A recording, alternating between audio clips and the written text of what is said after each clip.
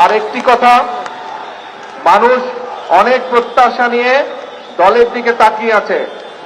মানুষ অনেক প্রত্যাশা নিয়ে দলের দিকে তাকিয়ে আছে।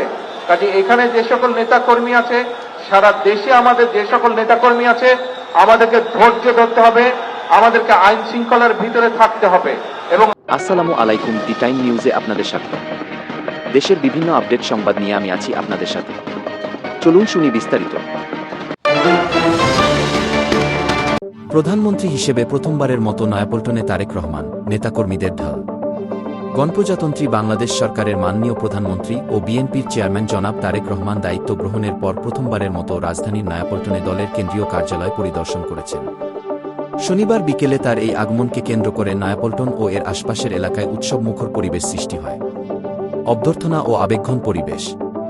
বিকেল ৩টার দিকে প্রধানমন্ত্রীর গাড়িবহর নয়াপল্টন কার্যালয়ে পৌঁছালে দলের মহাসচিব সহ স্থায়ী কমিটির সদস্যবৃন্দ তাকে ফুলেল শুভেচ্ছা জানান। এ সময় রাস্তার দুই পাশে দাঁড়িয়ে হাজার হাজার নেতাকর্মী স্লোগানে তাকে স্বাগত জানান। দীর্ঘ সময় পর দলীয় কার্যালয়ে প্রিয় নেতাকে কাছে পেয়ে অনেক কর্মীকে আবেগপ্লুত হতে দেখা যায়। কার্যালয় পরিদর্শন ও বৈঠক। প্রধানমন্ত্রী কার্যালয়ের প্রতিটি ফ্লোর ঘুরে দেখেন এবং সেখানে উপস্থিত কর্মকর্তা ও কর্মচারীদের সাথে কুশল বিনিময় করেন। এরপর তিনি দলের সিনিয়র নেতাদের সাথে এক সংক্ষিপ্ত মত বিনিময় সভায় মিলিত হন। বৈঠকে তিনি দেশের বর্তমান আইনশৃঙ্খলা পরিস্থিতি, অর্থনৈতিক সংস্কার এবং তৃণমূল পর্যায়ে দলকে আরও সুসংগঠিত করার বিষয়ে দিক নির্দেশনা প্রদান করেন। আর একটি কথা, মানুষ অনেক প্রত্যাশা নিয়ে দলের দিকে তাকিয়ে আছে। মানুষ অনেক প্রত্যাশা নিয়ে দলের দিকে তাকিয়ে আছে। কাজে এখানে যে সকল নেতাকর্মী আছে, সারা দেশে আমাদের যে সকল নেতাকর্মী আছে, আমাদেরকে ধৈর্য ধরতে হবে, আমাদেরকে আইন শৃঙ্খলার ভিতরে থাকতে হবে এবং আমাদেরকে মানুষের পাশে দাঁড়াতে হবে। মানুষের সমস্যা হয়, কষ্ট হয়, অসুবিধা হয়, সেই জিনিসগুলো করা যাবে না।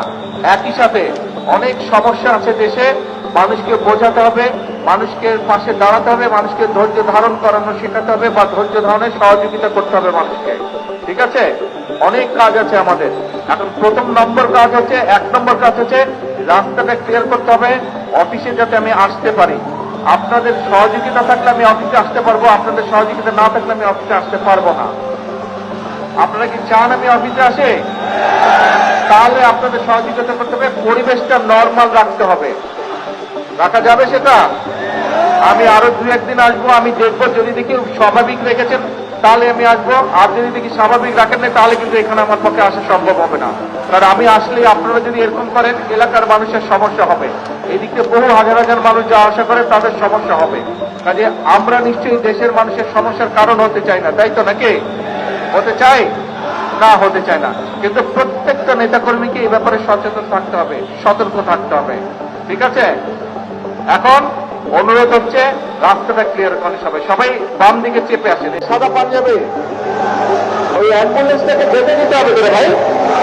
আর কি আশ্চর্য, এই রাস্তাটা ক্লিয়ার করো না, এই রাস্তাটা ক্লিয়ার করে অ্যাম্বুলেন্সটাকে যেতে দাও।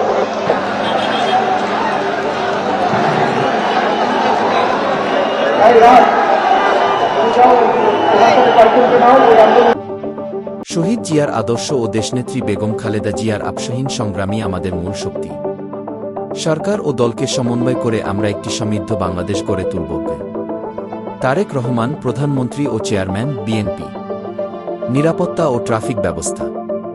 প্রধানমন্ত্রীর আগমন উপলক্ষে নয়াপল্টন এলাকায় ব্যাপক নিরাপত্তা ব্যবস্থা গ্রহণ করা হয়। আইনশৃঙ্খলা রক্ষাকারী বাহিনীর পাশাপাশি দলীয় ভলান্টিয়াররা ভিড় নিয়ন্ত্রণে সহায়তা করেন। তবে বিপুল সংখ্যক মানুষের উপস্থিতির কারণে ফকিরাপুল থেকে কাকরাইল মোড় পর্যন্ত যান চলাচল কিছুটা ধীরগতিতে চলে। বিশেষ মোনাজাত। পরিদর্শন শেষে দলের প্রতিষ্ঠাতা ও সাবেক রাষ্ট্রপতি জিয়াউর রহমানের আত্মার মাগফেরাত এবং দেশনেত্রী বেগম খালেদা জিয়ার দীর্ঘায়ু ও সুস্থতা কামনা করে বিশেষ দোয়া ও মোনাজাত করা হয়। সন্ধ্যা 6টার দিকে প্রধানমন্ত্রী কার্যালয় ত্যাগ করেন।